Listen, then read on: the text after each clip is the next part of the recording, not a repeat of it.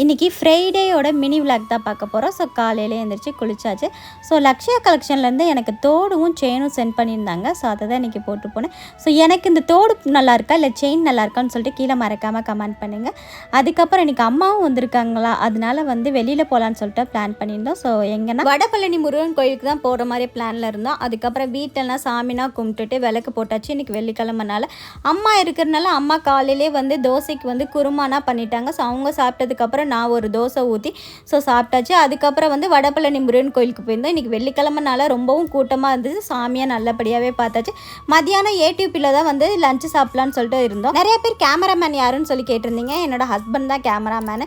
நான் தயிர் சாதம், ஹஸ்பண்ட் ஃபுல் மீல்ஸு, அம்மா வெறும் மீல்ஸ் மட்டும் தான் சாப்பிட்டாங்க. ஸோ நல்லபடியாக சாப்பிட்டாச்சு. நம்மளோட சப்ஸ்கிரைபர்ஸ் ஹேமா, கார்த்திகா, ஸ்ரீநிதி, நிஷா, கற்பக, சிவரஞ்சனி, ஈஸ்வரி இவங்க எல்லாத்துக்குமே ஹாய்.